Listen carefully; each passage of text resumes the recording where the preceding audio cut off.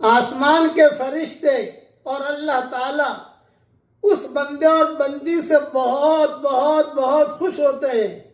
جو قرآن کھول کر پڑھنے کے لیے بیٹھتا ہے یا بیٹھتی ہے، اور شیطان اور شتنگڑے اور ابلیس اور اس کا لشکر اس بندے اور بندی سے بہت ناراض ہوتے ہیں جو قرآن کھول کر بیٹھتا ہے یا بیٹھتی ہے۔ اسی لیے قرآن پڑھنے کے لیے جب بیٹھتے ہیں تو شیطان دل کے اندر وسوسے ڈالتا ہے کہ روٹی پک رہی ہوگی، کہ دیکھنا کہیں بچہ سو تو نہیں رہا ہے، کہ رو تو نہیں رہا ہے، دیکھنا ذرا اس کا خیال رکھنا،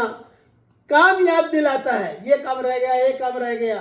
ایک ورق پڑھا اور پھر کوئی بات یاد آ گئی، یہ شیطان کی طرف سے ہوتا ہے۔ اس لیے اپنے پیارے اللہ کو خوش کیجئے